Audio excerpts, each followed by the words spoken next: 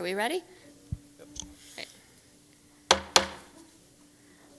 I'd like to call this meeting to order and welcome everyone. It is just after 6 o'clock, I think 6:03, and we'll begin with the Pledge of Allegiance. I pledge allegiance to the flag of the United States of America and to the republic for which it stands, one nation, under God, indivisible, with liberty and justice for all.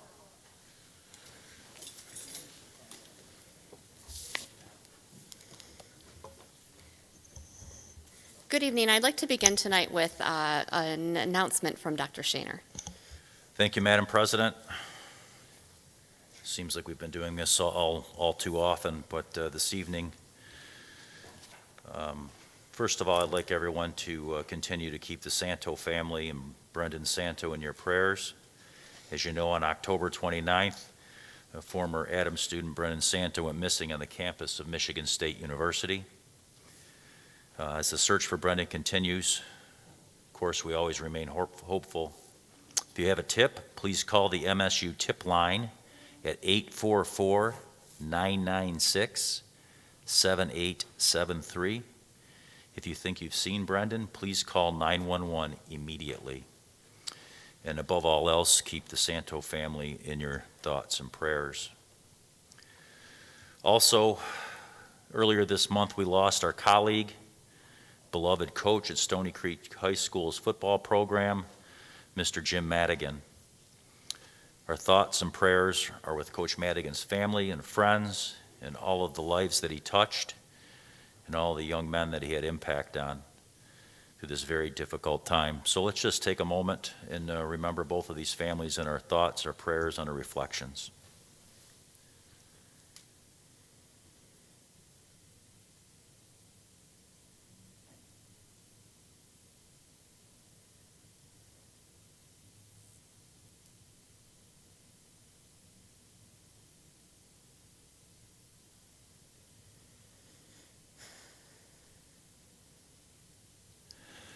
Thank you. Thank you, Dr. Shaner. Good evening and welcome to the public, regular, and organizational meeting of the Rochester Community Schools Board of Education. We have several ways for the public to engage during our public meetings. First of all, members of the public can request to be on our agenda. Tonight, 4 members of the public have made that request. There's a form on our website for those who are interested in the future. Second, at the end of the meeting, we do have time for public comments. To participate, please fill out a yellow card and hand it to one end of the table here. When you're addressing the board, you have 3 minutes to speak. We will let you know when you have 30 seconds remaining. When addressing the board, please state your name and your relationship to the district. Please address your comments to the entire board and not to individual board members, the superintendent, or other school district employees or members of the audience. Please refrain from behavior that is intemperate, abusive, defamatory, or discourteous, or that otherwise interferes with the orderly conduct and timely completion of the board meeting. We reserve the right to exclude from our meeting an individual who engages in conduct that constitutes a breach of the peace. We will not be answering direct questions or responding directly to comments tonight, but we'll make sure someone follows up with you to address your concerns. Yielding time or otherwise giving time to a speaker to extend your 3-minute period by another person shall not be permitted. Finally, on behalf of my colleagues on the board, we are grateful to serve this community and we do appreciate your support. Welcome to our meeting. Roll call. All members are present with the exception of Scott Muska, who is absent with notice. We have a very short agenda tonight. Our first item on the agenda is Spotlight on Success. Lori Grine.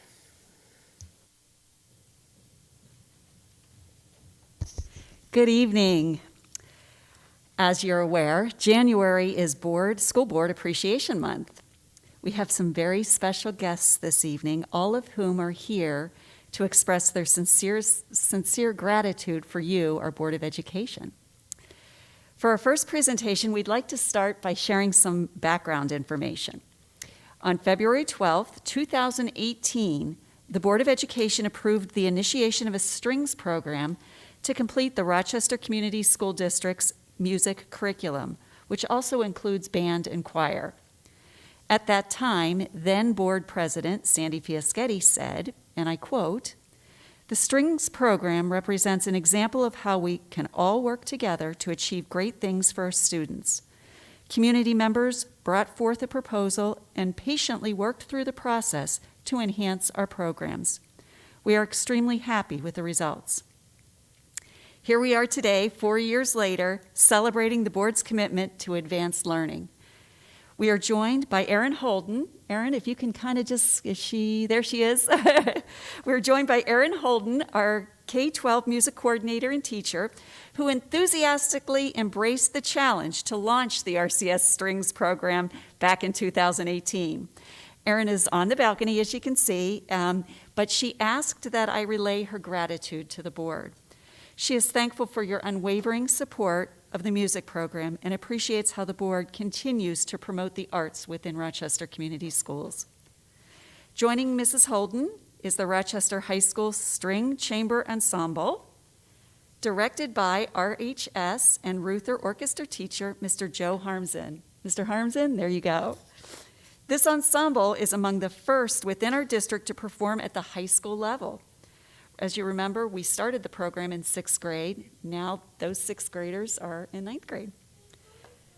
The students with us this evening represent about half of the 9th grade orchestra students at Rochester High School. As a point of additional celebration, we are pleased to share that this ensemble received a first division rating this past weekend at the Solo and Ensemble Music Festival, which is the highest recognition provided by the Michigan School Band and Orchestra Association.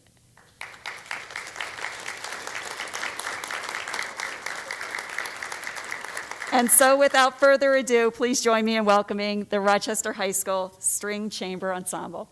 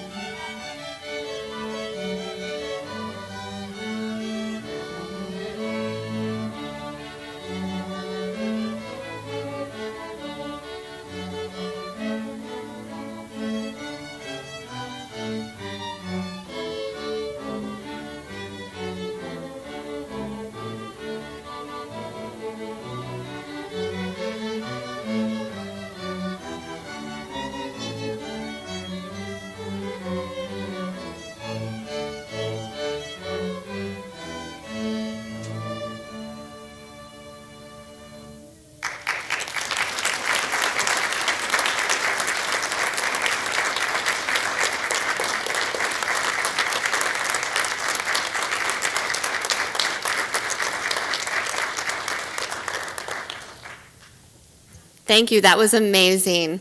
You guys did and congratulations on your rating over the weekend as well. That was amazing. Thank you so much.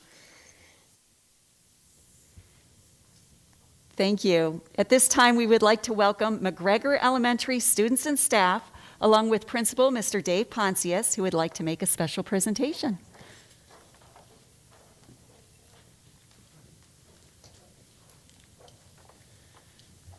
Good evening, Dr. Shaner, Mrs. Fragamenti, Board of Education.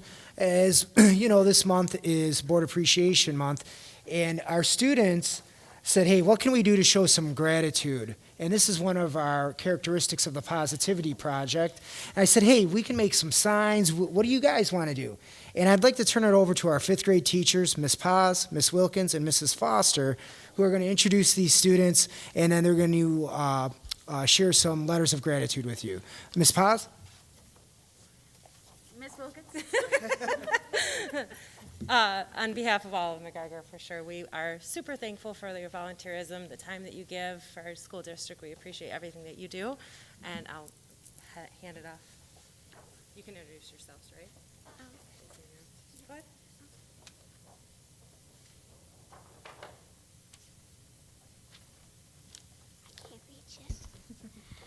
Hello, my name is Aubrey McCurry, and I'm from McGregor Elementary School, 5th grade. A big thanks to the Board of Education for making time to listen to us tonight.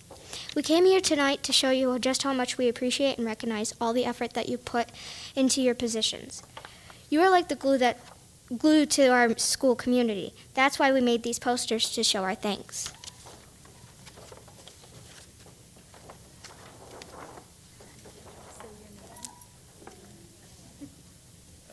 I love those. Hello, my name is Haim Yu, and I'm in 5th grade in mcgregor Elementary School, and I would just like to thank the board of how you all made me who I am right now. Thank you. Hi, I'm Ella Legend, and I'm in 5th grade, and I just want to say thank you to RCS for making every year great for everyone. Hi, my name's Atsi Schlaff, and I would like to thank you all for helping me become who I am and to help me learn all these new things and to, well, I don't know what else to say. That was perfect.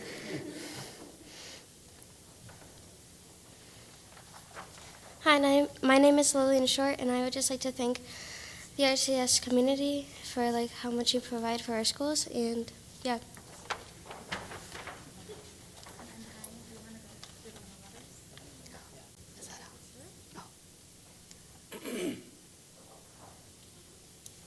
And then we also have some letters from other 5th grade students who couldn't be here tonight.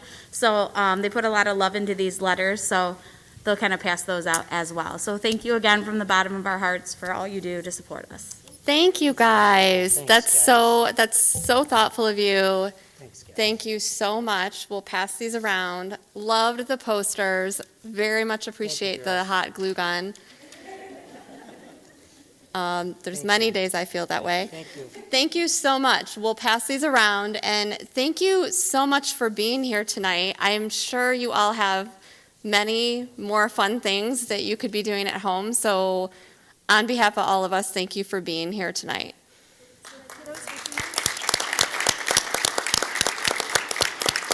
Would the board members like to come forward, and we would love to get a picture of you with the students holding the signs? Would that be okay? Sure, that would be great. Thank you so much. And thanks to your parents, too, for bringing you here. Appreciate that. Yeah, let's go right over here.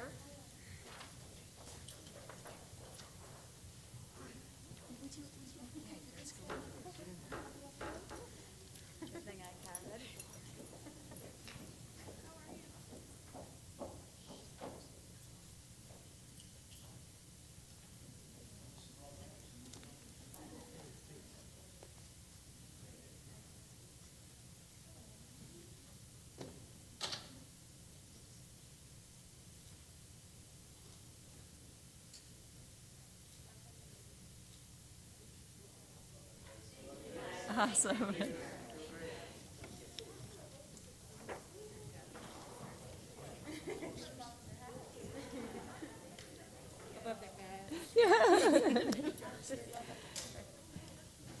Thank you so much.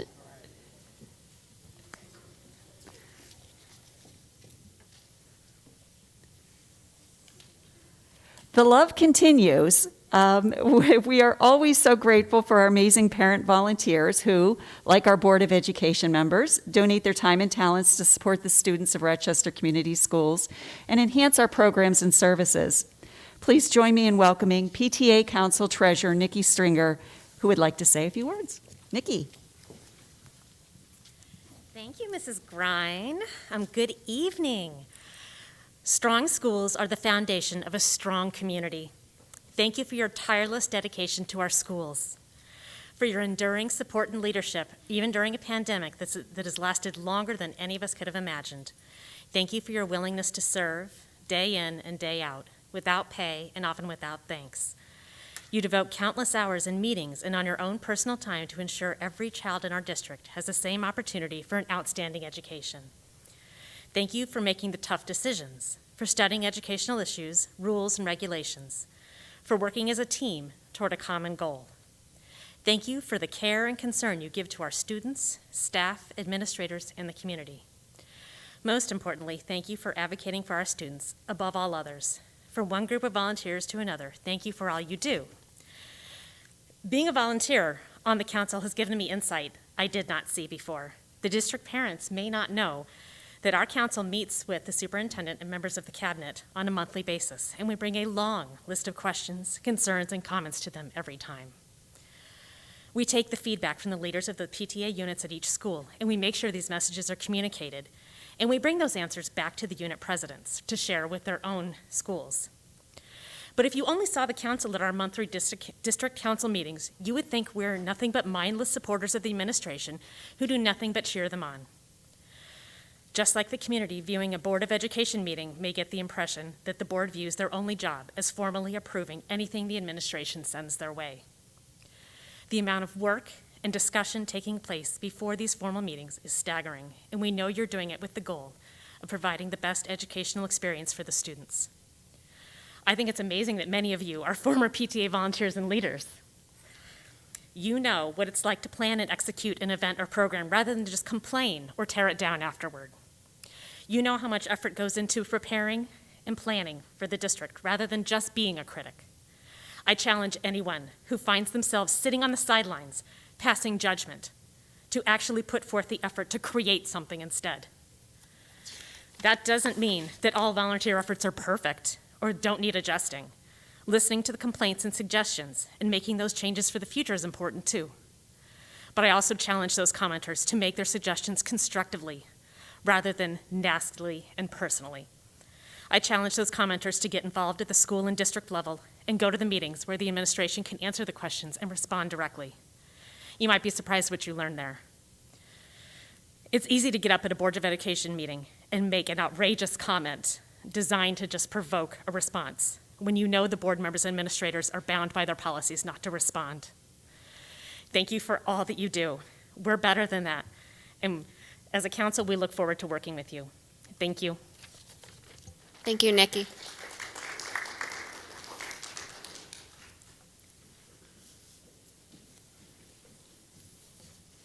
And we have one final presentation this evening. Please join me in welcoming former RCS Board of Education member Darlene Janulis. Always great to see you at this meeting, Darlene. It's always great to be seen at any meeting. Well, January is a great time to thank you for all you do as our public school leaders. At a time when civility is at an all-time low in our country, and at a time of continued uncertainty with the COVID crisis and how it affects us personally, it's so important that you focus on your purpose.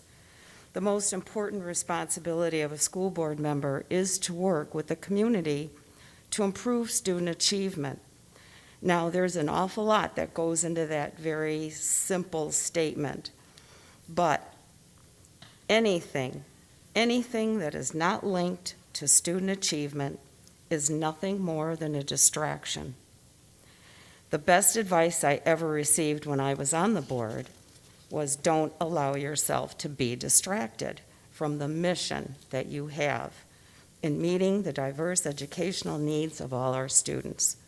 So I just wanted to pass that little bit of wisdom along to you. Give students the tools to empower them and to achieve and succeed.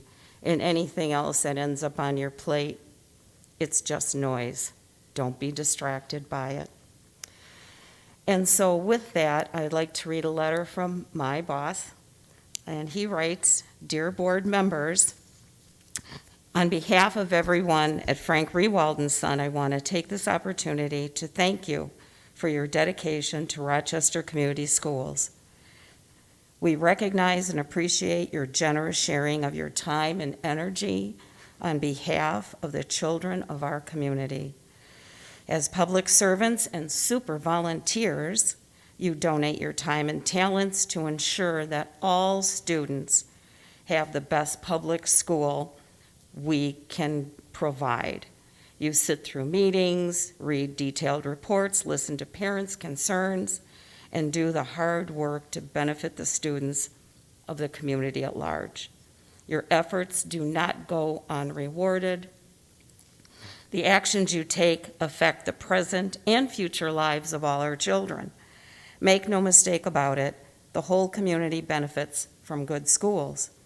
To maintain the mission, to meet the diverse educational needs of all children, and to empower them to become competent, productive contributors to a democratic society in an ever-changing world is a daunting task. You are extraordinary people who tackle the enormous job, and we applaud you for your efforts. Sincerely, Frank Rewald, Chief Executive Officer." And as a side note, because he was a parent when I was on the school board, he doesn't just talk the talk, he walks the walk. His children all attended the Rochester Community Schools. So thank you very much. Have a great meeting. Thank you, Darlene.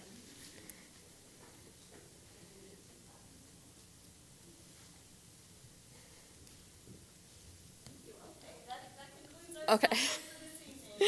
Okay, thank you. Thank you, Lori. And this is very awkward. I think I can speak on behalf of all of us. It's awkward to sit here, and it's very humbling as well. We appreciate the students and the parents. We appreciate the gratitude that has been expressed. I'll say that for all of us, this work is very personal.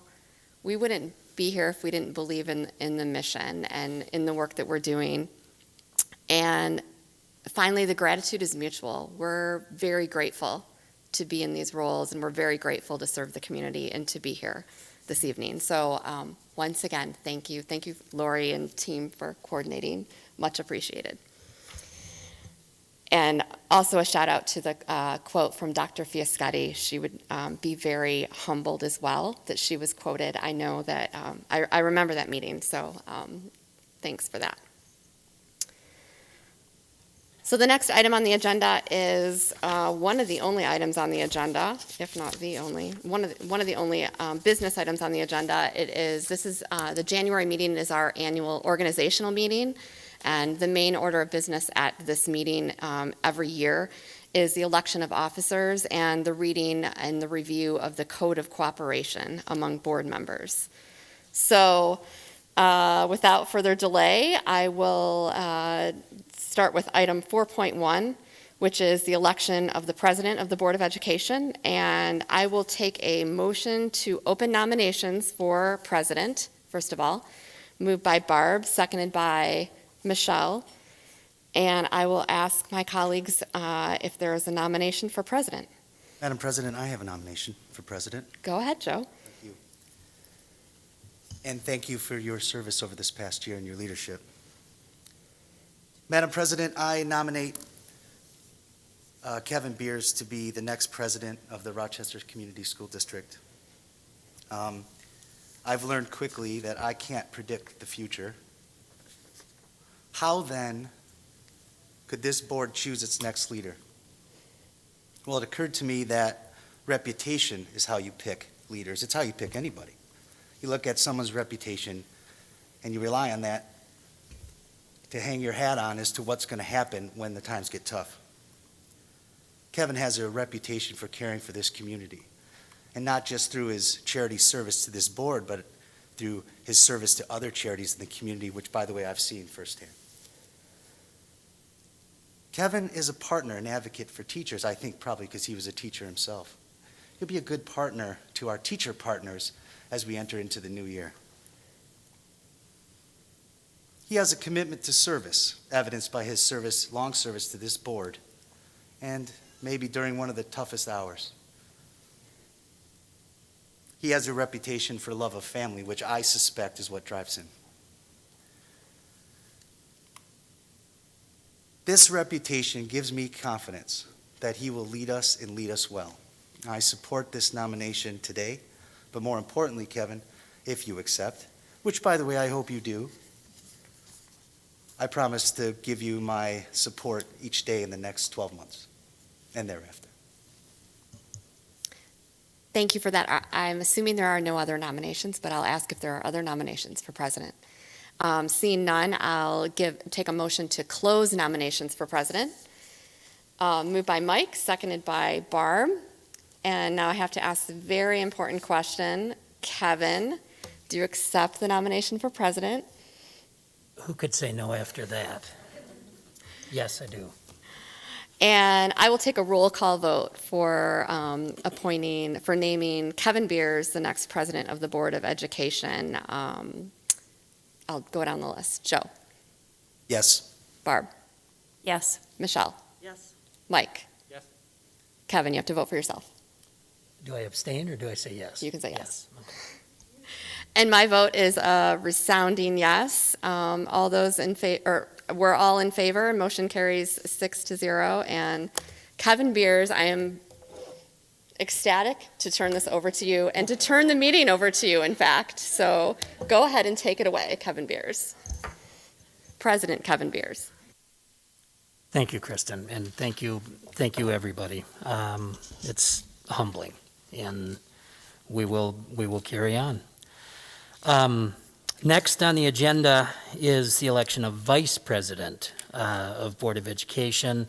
We need a motion to open nominations for Vice President, and that's Michelle, and a second, and that's by Barb. Does anyone have a nomination for Vice President? I have a nomination, Kevin. Okay, Mike. Kristen, you're going to hate me, but I know you've served as president of this board for 3 years now, and I know you're tired. But I think it would be good for continuity and for backup for Kevin to have you continue in the vice presidential role. And I hope you'll accept that. And if you don't, I fully understand. I know we'll all understand. It's been a grueling couple of years here for all of us, but we do appreciate you, and you've done an awesome job for us these past 3 years, and I'll ask you to kind of hang back for a little bit longer, if that's okay. Okay, thank you, Mike. Any other nominations? Okay, seeing none, let's have a motion to close the nominations for Vice President. And that's Joe, second by Michelle. Yeah, I have to ask her. So let's ask that. Kristen, will you accept the nomination for Vice President? 100%. I could never hate you, Mike, so thank you for your kind words. Yes, I accept. Okay, all right, so that sounds like a yes. And now, same deal, roll call for the nomination of Vice President. We'll start with Joe. Yes. And Barb. Yes. And Michelle. Yes. And Mike. Yes. I am a definite yes. Kristen? I'm a yes. Okay. All right, well, there you go. 6 yeses and 0 nays. That motion is carried. Next, we'll go to the election of Secretary of the Board of Education. We need a motion to open nominations for Secretary, and that's Barb, and second by Mike. Does anyone have a nomination for secretary? I see Barb. Thank you, Mr. President. This evening, I would like to nominate Joe Patel for Secretary of the Board of Education.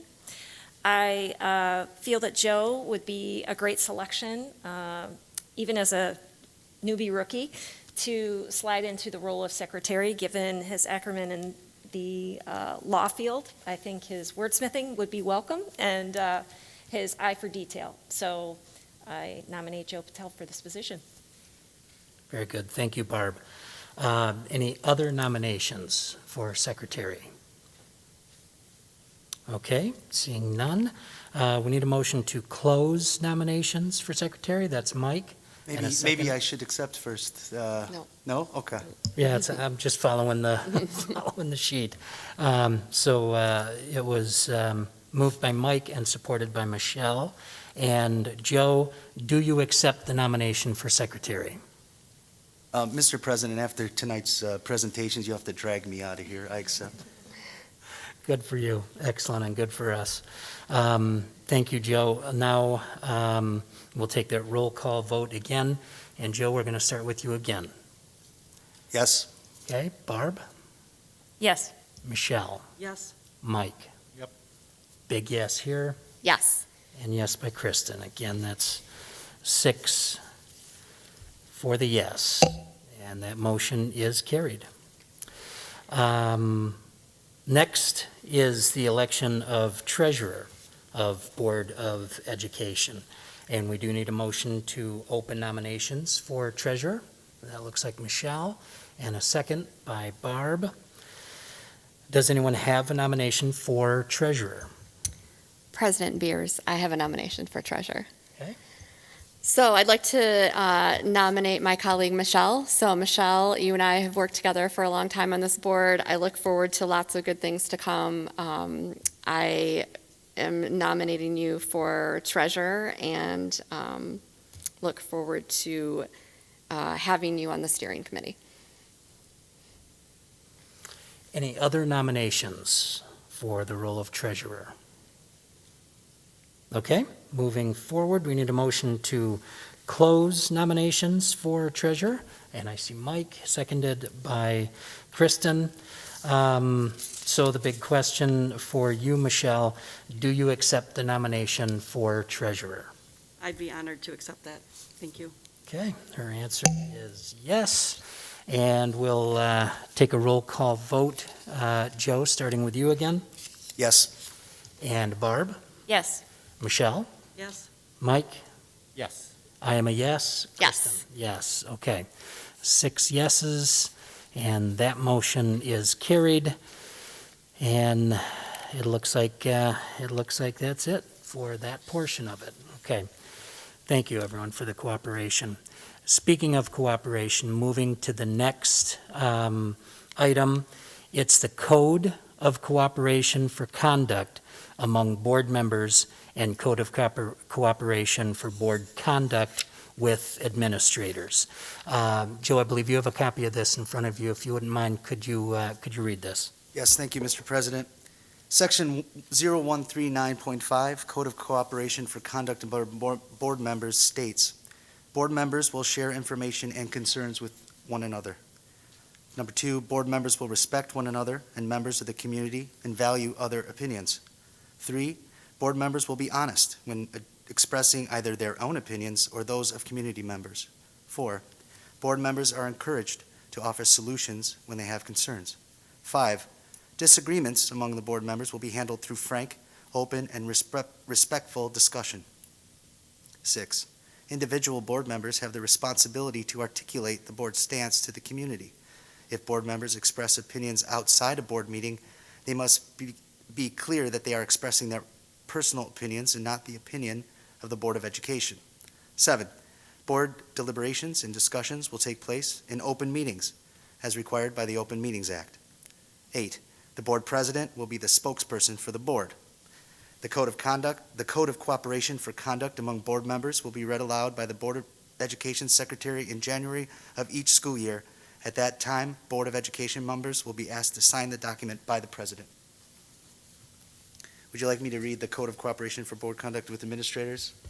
Yes, that'd be great. And so everyone knows, each of these items will require a signature on this document, okay? Again, citing bylaw 0139.6 of the board bylaws. 1, the board will respect the administration and value other opinions. 2, the board, not individual board members, will direct the superintendent and/or his or her representatives and other district employees. 3, the board will share information and concerns with the administration. 4, questions from board members will be first directed to the superintendent, assistant superintendent for business, and/or assistant superintendent for curriculum. When emailing questions or comments to the assistant superintendents, board members will copy the superintendent in their emails. 5, when the board raises a topic for discussion, the administration will determine which staff will be responsible for a response and will set a reasonable time frame. 6, disagreements with the administration will be handled through frank, open, and respectful discussion. 7, the board will concern itself with determining policy and rely on the administration to implement policy, including through the development of regulations. 8, board members will work through administrative channels. The Code of Cooperation for Board Conduct with Administrators will be read aloud by the Board of Education Secretary in January of each school year. At that time, Board of Education members will be asked to sign the document by the President. Thank you, Joe. Good. We'll make sure to pass this around for signature at both those designated spots there. Joe, pretty good job in your first official duty as secretary. Nice work. Thank you. Okay, so next on the agenda is communications. And we hear from the Secretary of the Board of Education. So here's a procedural question for you. Do we mean the absolute current secretary? Okay, all right, very good. So Joe, this is for you. Thank you, Mr. President. The Board of Education received 18 communications that were submitted through the RCS website since the previous meeting. District parent Jason Bideau contacted the board regarding RCS safety and security suggestions. Community member Laura Cox contacted the board 3 times, once with inquiries regarding the SEL program at RCS, one regarding safety measures taken at RCS, and one with concerns regarding Caring Steps Child Care Center. District parent Greg Tomaszak contacted the board regarding diversity, equity, and inclusion program at RCS. Community member and first mentor Julie Asbach contacted the board regarding promoting the first robotic competition on March 9 through 11 at Stoney Creek High School to the community. District parent Sky Theaton contacted the board regarding the Be Smart Safe Storage Program. Dr. Mary Jordan, Ascension Providence Rochester Hospital, contacted the board with gratitude for the Christmas holiday cards from RCS students that were delivered to the hospital staff. Community member Bruce Felk contacted the board with concerns regarding COVID safety protocols at Board of Education meetings. District parent Shayna O'Connell contacted the board regarding moving to remote instruction due to health concerns with rising COVID cases. District parent Jessica Opfer contacted the board 4 times, once regarding changes to the language arts curriculum at the middle school level, again regarding updating the COVID response report on RCS website and RCS COVID protocols, once regarding the decision process being used to make decisions for student academics, and once requesting that board meetings continue to be available via live streaming due to the current health crisis. District parent Christelle Kiefer contacted the board about the updating of the COVID response report on the RCS website. District parent Mary Sterling contacted the board twice, once regarding concerns with mask mandates being followed and enforced, and once regarding RCS COVID protocol concerns. District parent Roz Cordova contacted the board about a social media post she made in May of 2021. In addition, the board received 4 email communications that did not go through the RCS website. Aria Tang contacted the board to encourage and enforce proper mask wearing to help minimize the spread of COVID. Carol Beth Lecui asked if the board had discussed issues she continues to raise. Mega and Chris Mendyka requested that the district consider keeping the middle school advanced language arts class. District parent Andrew Weaver shared that he was appealing the last Board of County Election Commissioners' decision regarding the denial of his last recall petition language. Due to some technical difficulties, we had some requests to be placed on the agenda and some requests to have emails included in the board packet. I'd like to note for the record that all those were included in the packet tonight. Thank you, Joe. All right, and next, student representatives to the board. That's those stars right over there. Let's begin with Carson. All righty. Good evening, everyone. My name is Carson Collins, and I am a senior at Adams High School. So today, us seniors began the first day of our final semester of high school, which is crazy. And while we still have much to look back at last semester, we also have much to look forward to in the coming months. This past month, our staff worked tirelessly toward building a virtual course fair to share with our families and students. As schedule selections for the 2022-2023 school year approach, this course will go in-depth into all of the courses which RCS has to offer. In the building, Here For You, a student-led group, has continued working toward breaking the stigma around mental health while also promoting positivity for our students. Prior to break, the group sponsored a Cozy Cocoa Day to promote positivity and warmth. This month, Here For You students created posters with positive messages and a resolution board where students can add their own resolution or positive messages, which they hope to share with others. Then, as a reminder to look out for one another and to always treat each other with kindness, Here For You provided bracelets to all students and staff at Adams. The bracelets have "Highlanders are here for you" printed on the band and have a crisis line phone number on the inside of the bracelet. The community has many activities planned for the future to continue to promote positivity at Adams. Coming up on January 31st, Adams will be hosting a charity basketball game at 7 p.m. where the Adams Boys Varsity Program will be playing Dutton Farms. All donations for the event will benefit Dutton Farms. Finally, with the goal of raising $100,000 for the Yellow Ribbon Fund and our 2022 Charity Week, the Student Council has been hard at work collecting donations from local businesses and planning a variety of new events for our students. On behalf of the students, staff, and community at Adams High School, we would like to thank the Board of Education for all that you do. Thank you all for having us here, and have a great night. Thank you, Carson. Great job as always. Next, we'll go to Rochester High School and Drew. Hi, I'm Drew Haney, and on behalf of all Rochester High students and staff, we'd like to thank our entire school board in honor of Board of Education Appreciation Month. Thank you so much for all that you do. We also recently showed appreciation to our amazing bus drivers for Transportation Appreciation Day this past week. All bus drivers received coffee and nothing but cakes. Our transportation staff has been especially helpful with recent events happening at Rochester High. Our Rochester varsity dance team just placed third in POM and second in jazz, which is quite the incredible feat with dancers out due to COVID. This weekend, Rochester also hosted the MSBOA Solo and Ensemble Competition, where bands across southeastern Michigan came to Rochester to perform.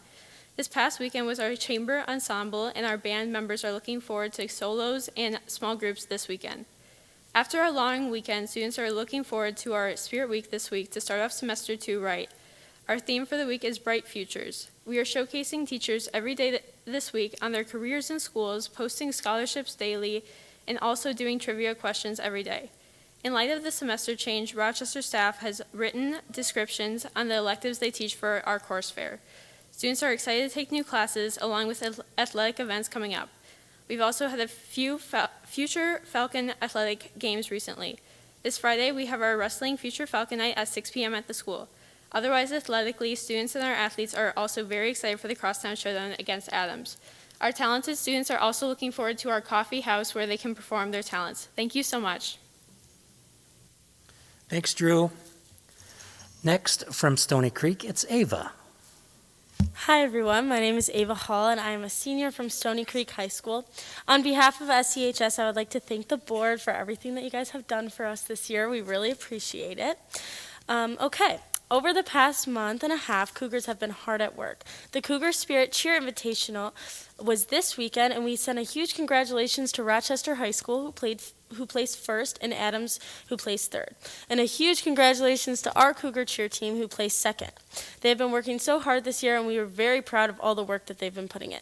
Congrats to our girls varsity ski team, who got 8th place a few days ago at Pine Knob in a ski competition, and to our boys varsity team, who placed fifth. The boys wrestling team earned 2 victories the last week over Lake Orion in the OOAA Red Match, winning 36-33. And the girls basketball team took a victory over Southfield A&T with the score of 55-23. Good job, Cougars. The Stoney Creek Theater Company is busy rehearsing for their upcoming winter one-act play, a comedy called Paper or Plastic. It will be performed on Wednesday, January 26th and Thursday, January 27th in the Stoney Creek Auditorium, directed by Student Council's very own president, Dave Palazzolo. Typically, the theater companies from all 3 high schools travel to Bay City to perform their one-act plays at the Mid-Michigan Theater Arts Festival. However, this year they have made the decision to not attend the festival due to the risk of COVID at such a large gathering. Instead, they will be holding a brand new event, a theater festival between just our 3 high schools, and they will still have the experience of performing their plays to each other with all the festivals that typically take place, just on a smaller scale, hosted in our own town at Adams High School on January 28th. Student Council has been preparing for Michigan Association of Student Councils Regional Conference, which is being held tomorrow. This year's theme is A Turn in the Tide, a Shift in Mindset. 4 of our upperclassmen members will be presenting a showcase on what it took to put on together's out-year. 4 of our upperclassmen members will be presenting a showcase on what it took to put together this year's outdoor homecoming assembly, which was, in my opinion, the funnest thing that I've ever done in all my 4 years of high school. Additionally, we are so excited to have Rivera Arkin, one of the STUCO secretaries, representing Stoney Creek in the Michigan Student Voice Competition with her presentation on embracing her femininity. We are looking forward to communicating ideas with other student leaders at the upcoming regionals and states. On behalf of Stoney Creek, we are sending love to our Oxford community as they just returned to school. And finally, we would like to reflect on the life of our own Coach Madigan, aka Mad Dog, who lost his battle with COVID and pneumonia on January 5th. May he rest in peace, and may his loving spirit be a reflection to all Stoney Creek of how to live life. The impact he has made on our football players, students, and Stoney Creek culture will never be forgotten. Thank you. Thank you, Ava. Right down there, representing the virtual campus, is Paige. Good evening, everyone. My name is Paige Meisner, and I'm a senior in the Rochester Community Schools Virtual Campus. On behalf of all virtual campus students, I'd like to thank the board for everything that they've done. I hope everyone enjoyed their winter holiday despite all the crazy travel issues and everything. It was a heck of a time trying to get to California. This week in the virtual campus, we're happily starting our 2nd semester and already looking forward to some warm and rather not windy weather. But before that, we have to deal with the cold, and luckily there are some fun things to keep us occupied until summer. I invite everyone to check out our new winter choice board where students can participate in fun activities through the winter months. Activities range from coding, crafts, and reading to learning about different holidays from different cultures.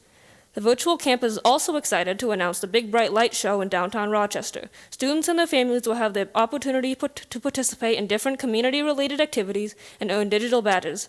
It's a fun way for students to get involved with the community and their school at the same time. For more information on either the Big Bright Light Show or the Winter Choice Board, you can visit our newsletter, which is sent out every week. There you can find links to documents, videos, and more. And lastly, I'd like to remind students to drop off their books back at the Schultz campus. Students taking literature classes this semester are going to need those books, and they can be dropped off weekdays from 7:30 to 3:30 p.m. Thank you. Thanks, Paige. And representing ACE and making his debut with us this evening is our guy, Alex. Good evening, board trustees, officers, and school personnel. I want to start by thanking you for the extremely difficult job you do. No words will be enough to thank you for the stress you have gone through the past few years, especially the past few months. But for what it's worth, thank you, and thank you. Since the ACE pathway is all about individual paths perfectly suited for individual students, I'd like to continue highlighting one individual journey. Tonight I talk about one creative person who, based on her favorite movie, Back to the Future, wishes to be named Marty McFly. Marty has been with RCS since kindergarten. Marty is artistic, colorful, and one of a kind. In high school, however, she found school incredibly difficult. Round pegs and square holes. Work piled up no matter how hard she tried. She could not get caught up. She could not figure out the whole system. Her train of thought was never on the same train of those of her teachers and her classmates. She tried to shift tracks, but she derailed. And then COVID hit. Any chance of synergy with the school left the station. Marty was not on track to graduate, but before all hope was lost, ACE pathway opened up. Desperate not to be left behind, she got on board and quickly picked up steam. Now Marty is doing the best she has ever done in school. How did ACE help Marty? In her words, ACE gives you more time to sit and accomplish your work. Because we're all in the same boat, and because there are fewer students at ACE, I felt valid. Marty has passed all her classes from semester 1, plus OTech, graphic design, plus 4 additional Edgenuity classes, mainly done at home. She is able to express her personality while developing highly employable skills. When she asked what she liked the school board and administration to know, she said that ACE is a turning point for her life. When she looks around, she sees most of the students are like her. Most were lost and frustrated and struggling, and now are more family and are with brighter futures. Thank you. Thank you, Alex. So 20 minutes before this meeting, that guy right there was extremely nervous about doing what he did right there. Great job. Great job. Okay, next is citizens requesting placement on the agenda. There are 4 citizens that have requested placement on the agenda. First is Sky Theaton, followed by Andrew Weaver, Artie Shah, and Carol Beth Litkui.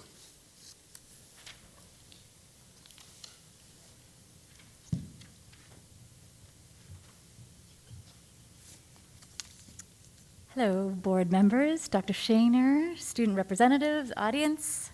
My name is Sky Teaton. I'm a Rochester Hills resident, and my son is in 3rd grade at Brewster Elementary. I'm also a volunteer for a national education campaign called Be Smart, and we are a gun-owning family. So I've recently written to the board members a few times, inviting RCS to consider putting forth some safe firearm storage messaging to our school parents. I realize this is a topic that has a lot of misconception around it. And it's in almost our cultural nature to want to shy away and to leave it up to the authorities. I get it. But please know that I bring that utmost empathy and compassion to this discussion. And for any and all gun violence survivors in this room, my heart is with your heart. The Be Smart educational campaign was developed to reduce death, injury, and trauma that result when children gain access to unsecured firearms. The program emphasizes that secure storage is always the adult's responsibility, and it encourages individuals to take 5 simple steps to keep kids and families safer. Secure guns in homes and vehicles, model responsible behavior around guns, ask about the presence of guns in other homes, recognize the role of guns in suicide, and tell your peers to be smart. Be Smart is uniquely neutral on the topic of gun ownership. It doesn't encourage or discourage individuals from owning guns. It also doesn't advocate for changes to gun laws. It's just about safe storage. It empowers each and every adult to take agency over the safety of children and teens. Right now, our volunteers across the state are inviting our school districts, PTA organizations, and school communities in general to join us in enforcing school safety by reducing the risk of threats on school grounds. By number 1, sharing the Be Smart website, which is www.besmartforkids.org, online, possibly in a resources section, to offer regularly scheduled Be Smart presentations for families and educators. I can brainstorm with anybody on that, got lots of ideas. 3, to distribute or send home Be Smart and or any safe storage information. All safe storage information is good safe storage information. To district parents, we can do this digitally or by in hand. And also to pass a safe storage resolution at the board level. I have samples of what this could look like in the future. 30 seconds. Oh, thank you. Our neighboring districts, Bloomfield Hills and Royal Oak Schools, have both recently signed safe storage resolutions and are implementing these policies effective immediately. I'm asking RCS to stand up for our children's safety and to be brave leaders in safe storage policy in schools. Thank you so much. Thank you, Sky. Next up is Andrew Weaver.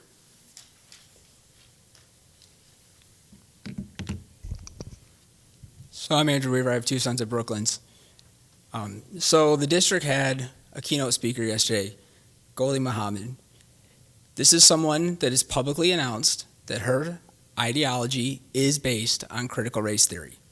She has said that, and the anti-racism ideology is based on critical race theory.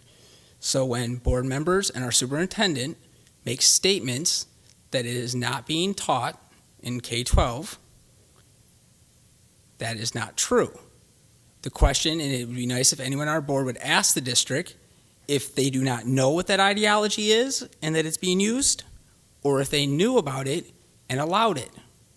That is a question because, again, the speaker acknowledges herself that, yes, her ideology is based on critical race theory, and she tells her story through curriculum that is being seen more often in schools.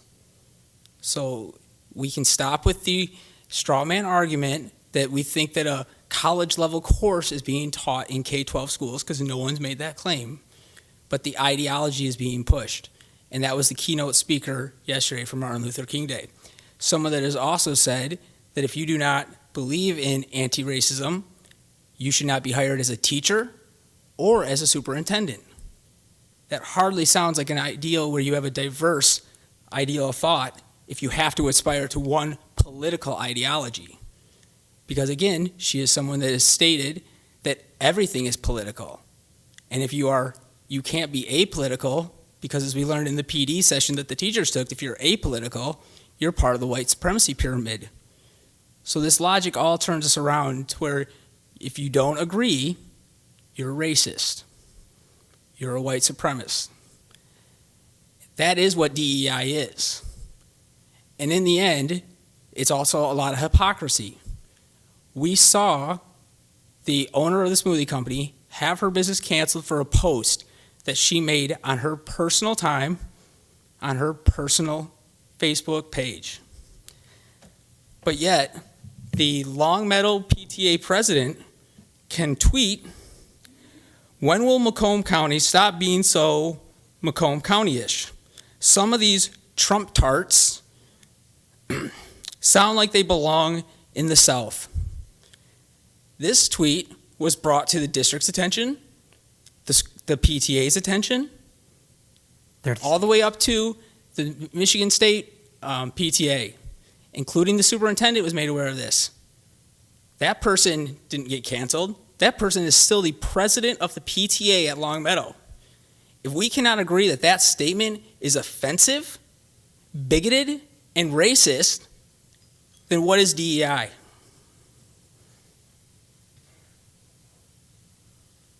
Thank you, Andrew. Next is Arti Shah.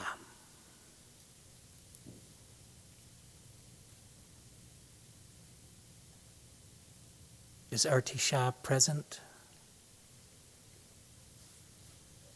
I don't think so. Okay, we'll move on to Carol Beth Litkoway.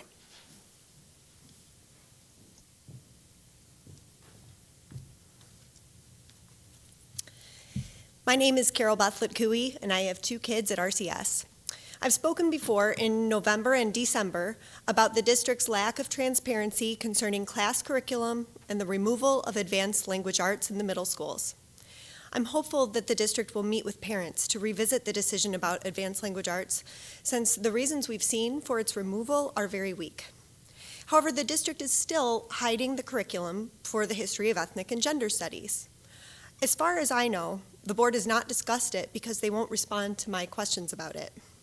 Today I ask you, will you please talk about it and advocate for the concerns of parents and voters? On another note, I discovered recently that Rochester participated in the 21-day Racial Equity Habit Building Challenge. Just after I made parents aware of this, The district responded by removing evidence of the content and video the next day. What was the content like? Contact me and I will show you. It promotes the viewpoint that our country was founded in white supremacy and privilege, that these abuses largely persist today, and equity involves reparations and putting down some racial groups to supposedly lift up others. These are the concepts of critical race theory, which is born out of Marxist conflict theory, where the bourgeoisie, if you will, have white privilege, and the proletariat are the masses of racial minorities presumed to be exploited. Resources provided included the 1619 Project, Me and White Supremacy, Robin DiAngelo, etc. I can't help but notice the exclusion of the voices of prominent people of color who reject this narrative, like Thomas Sowell, John McWhorter, Carol Swain, Shelby Steele, Robert Woodson, and many others.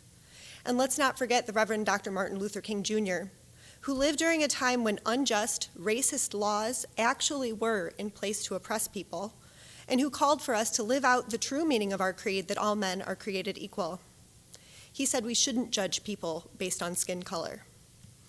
Anyway, I questioned the DEI director about why the material was removed, and she implied that the timing was a coincidence. Was it, after sitting on the web untouched for 1.5 years? And if the district could stand behind these ideas, why not leave it up? Why do you have to hide what's in the ethnic and gender studies class? If you believe that the classes you offer, the classes you remove, the programs you are implementing are beneficial, you should be willing to share them openly and defend them honestly, right?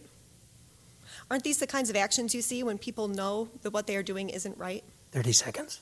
So why did the district promote this divisive content in the first place, and how should we trust that this will stop if mistakes are hidden instead of renounced? RCS, please help us out. When you make a mistake, admit it, make a change, and do the right thing going forward. Let's work together on behalf of our kids and teachers. Thank you, Carol Beth. And now to members of the Board of Education. Any emails to you to share? Barb?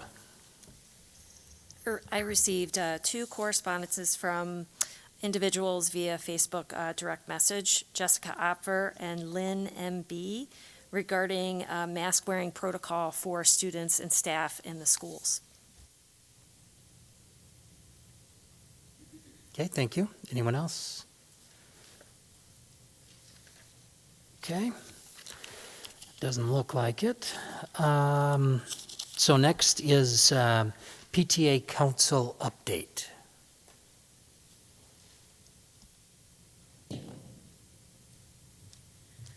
I'm back. Again, I'm Nikki Stringer, and probably should have shared that I have 2 kids at Hart Middle School. The update is short and sweet. We have our Founders Day coming up, which is going to include an auction, and luckily our auction closes right before the Foundations auction opens. The Founders Day award winners for the top level awards are as follows. The Acorn Award is going to Sonia Gupta. That's a student. The Bright Ideas Award is going to Ann Nahara and the whole STEAM committee at the district level. The Distinguished Service Awards are going to Kate Bass, Angie May, and Brian Scherter. The Council Advocacy Award is going to Kathy Nitz. The Council Member of the Year Award is going to Tracy Gruber, and the John Schultz Leadership Award is going to Lisa Roscoe. The schools will each be nominating school-level winners as well. And the Reflections, the National PTA Art Competition, is still underway. The schools sent 176 of their top entries to the district level, and then we in turn judged them. And then 82 of those entries were sent on to the state for judging, so we'll see who goes on to nationals. The 4th grade health fair is back in action now that we can do this in person again. Last week, North Hill rolled it out to their 4th graders, and next week it'll be Brooklands. So thank you so much for everything. Thank you for that update. Brief and powerful, for sure. All right, and moving on now to consent agenda. All matters listed under the consent agenda are considered to be routine in nature by the Board of Education and will be acted upon by one motion. There will be no separate discussion of these items. If any member of the board or any citizen requests discussion of an item, that item will be removed from the consent agenda and will become the first item of business under the new business portion of the agenda. And first is current bills payable for December 1 through December 31, 2021 in the amount of $11,116,908.18. Next is Board of Education regular meeting minutes of December 13th, 2021. Would any Board of Education members like to remove an item for discussion? Okay. Would anyone from the public like to remove any items for discussion? Okay. We need a motion to approve the consent agenda as presented. Moved by Mike and seconded by Kristen. Board discussion? Anything? Okay. Any public comment at this point? Okay. We'll take a vote. All those in favor, please say aye. Aye. Aye. And that is any opposition, and that is a 6-0 vote. Okay. And next is citizens present at the meeting. Okay. Here are. Okay. Yeah, okay.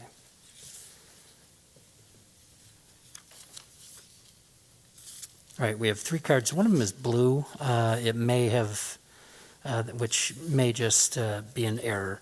So we'll find out to make sure. I'm sorry? Okay, all right. Okay, so we'll begin with Sarah. Sarah, I'm sorry, it might be Morissette. Okay.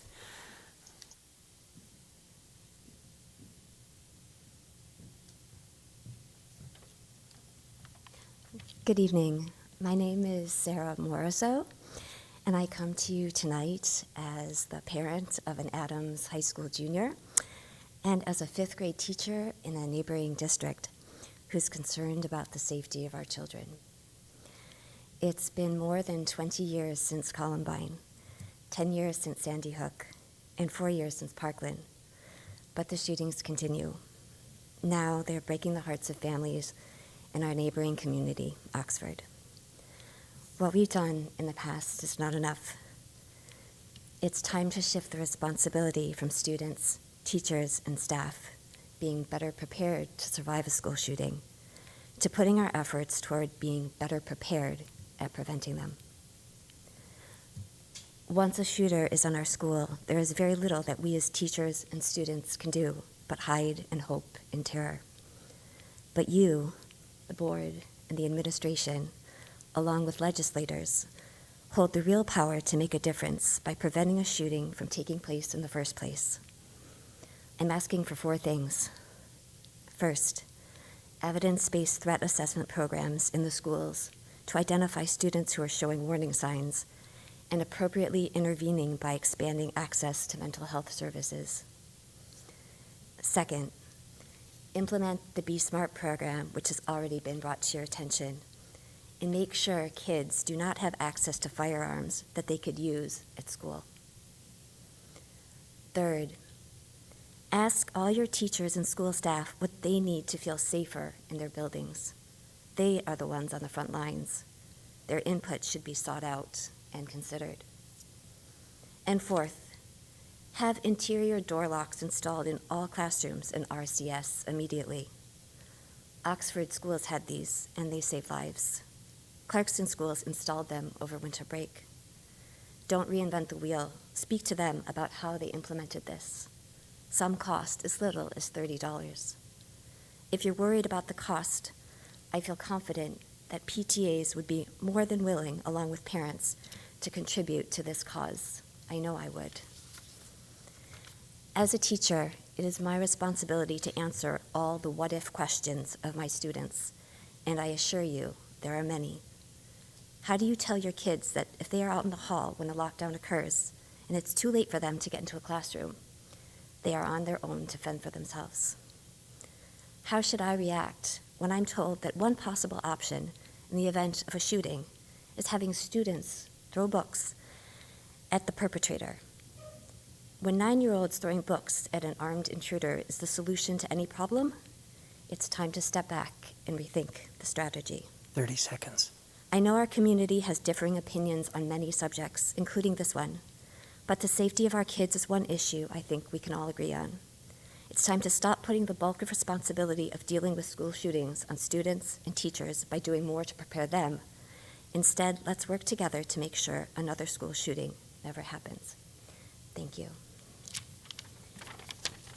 Thank you, Sarah.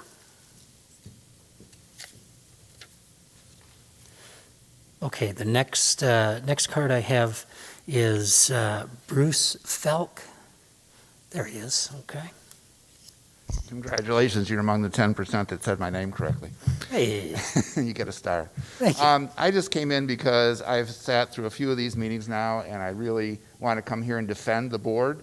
I heard one of our speakers this evening talk about we're teaching our children critical race theory, but guess what? This is a racist country. We brought over black people from Africa, put them in chains, and enslaved them for decades. And in some people's minds, black people are still looked down upon and are treated differently, and we're trying to take away their opportunity to even vote for the people that represent them.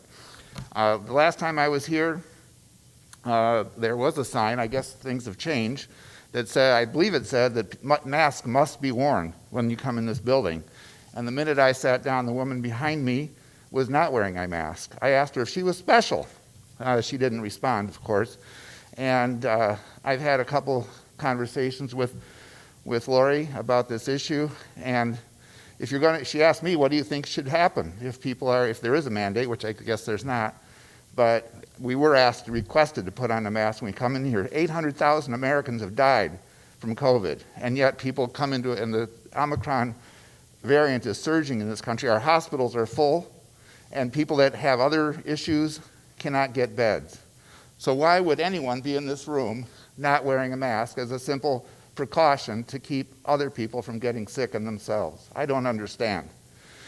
So I just wanted to make a couple comments tonight. Thank you for your time. Thank you, Bruce. And our last card is Andrew Weaver.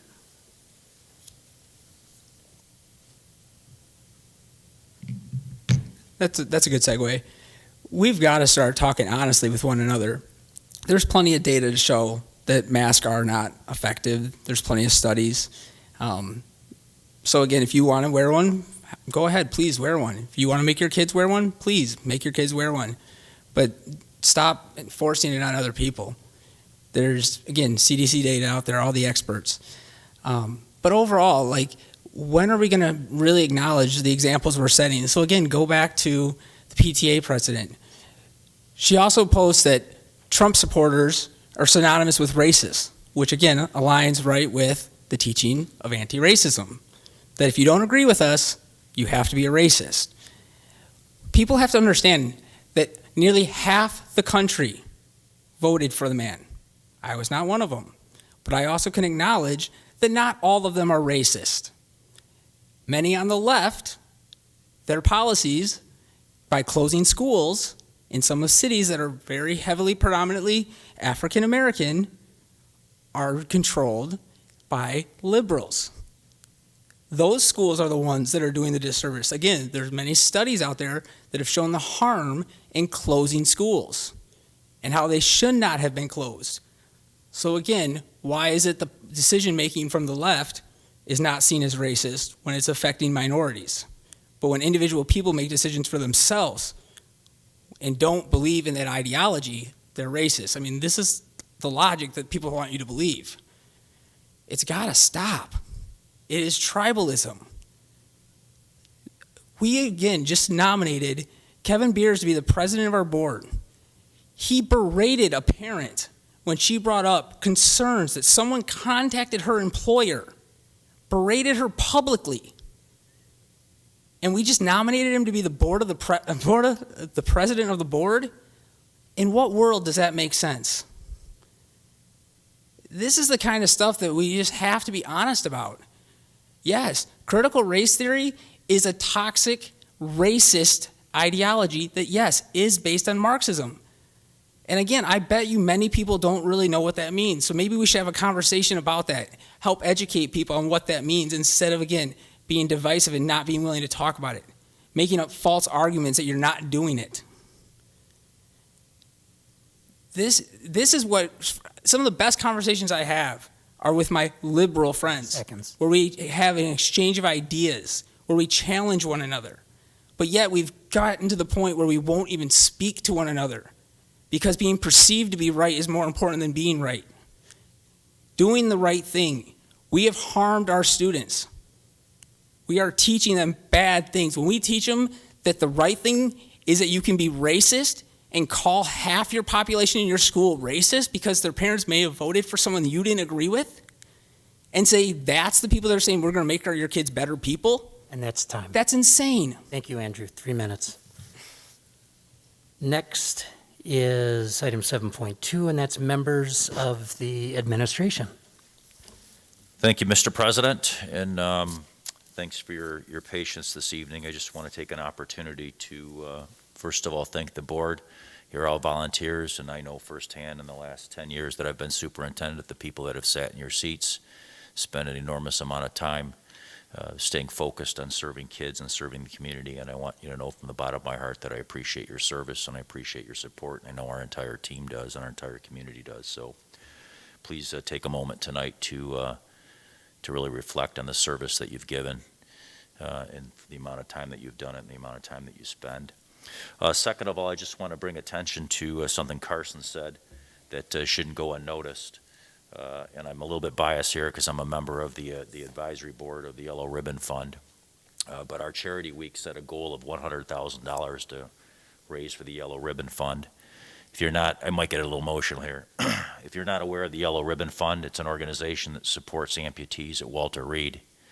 And as the wars have drawn to a close, many people might think that there's not much business at Walter Reed or the other medical centers across the country. I can assure you that there's tragically injured veterans that are being taken care of there day in and day out. Their families need support. They need support. And Carson and the other schools, I truly appreciate you taking up the cause of the Yellow Ribbon Fund and supporting these brave men and women that will suffer their injuries for the rest of their lives, many of them. So thank you. Thank you. I just would like to share, especially for our community members that may be watching tonight, that we are preparing information to be ready for next year's kindergarten students, yes, 22-23 students and their families that are interested in transitional kindergarten for the new school year. The information is on the website at this time. A reminder that there is a TK, Transitional Kindergarten Interest Survey, available right now for families. For general kindergarten, information is going to be shared in early to mid-February for families, and there will be an open enrollment that begins in March. More information will be available from buildings, and it'll also be coming from our district. I'd like to speak briefly on yesterday's gift of representing our student voices through the work of Martin Luther King Day recognition and celebration. As was mentioned, we had Dr. Goldie Muhammad speak. We did this in collaboration and partnership with Lake Orion High School, and the virtual keynote was really to help assist our staff members to be reflective on how we lift our student voices, how we honor our students who they are. And it was a wonderful recognition, and it was also part of our cultural proficiency journey. Also, the neighborhood house and donations for MLK was something really spectacular that took place. Over the last few years, we've done our events virtually, and we had students from all 3 RCS social justice clubs create bags filled with daily necessary items, blankets, and PPE materials for community members who are declared homeless right here in our Rochester community. So a special thank you to all our volunteers who have served, and also our student voices that are our future. I'm very hopeful. I also finally would like to add that there is a fundraiser for Brendan Santo and his family. All the proceeds will be going toward Brendan's search and rescue and expenses. And more information about the reward is on the website under Brendan Santo Fundraiser at gmail.com. On February 26th at 6 to 9 p.m., there will be an event with a dinner and a silent auction. The ticket price is $50, and it will begin, the doors will open at 5:30, and masks will be required. So I want to make sure that that is out to our community as well, that we are doing what we can, and we would do anything to help the Santos family through this difficult time. On behalf of Cabinet, Dr. Shaner, and the Board of Education, please know that the voices that have been come forward tonight, along with an artifact and gift of the music that you have brought forward, is a blessing to us. And thank you for helping us work on the journey of lifting the voices of our students, which is truly our compelling why. Thank you. Thank you to both of you. And now to colleagues on the Board of Education. Anybody have anything to share? At this, yeah, it's kind of a quiet, I mean, we had the holidays and everything. 2 things that come to mind. First of all, Kristen, I want to say thank you for 3 years of steadfast leadership. The time and effort and energy that you have given, there's no way to match that. And there's no way really to say how much and I'm sure I speak for our colleagues too, how much we appreciate and admire everything that you've done for 3 years in unprecedented times, and seeing challenges that could not have been foreseen. You have been remarkable, and it's appreciated. You're welcome, not necessary. You should actually thank one of the individuals sitting near the back of the room here. So you should be thanking. Would that be a family member? Where is that guy? Where's? Yeah, okay, all right. I won't point him out publicly then. Yeah, and the same to your family. I mean, we've watched your kids grow. You know, for one thing, as well, I'm still here. We all have. Yeah, I'm not leaving. No, I know it, and you're still here, and we're very thankful for that. Another thing that popped into mind, and I want to say to you 3, and the 3 of your contemporaries who don't happen to be here at this moment.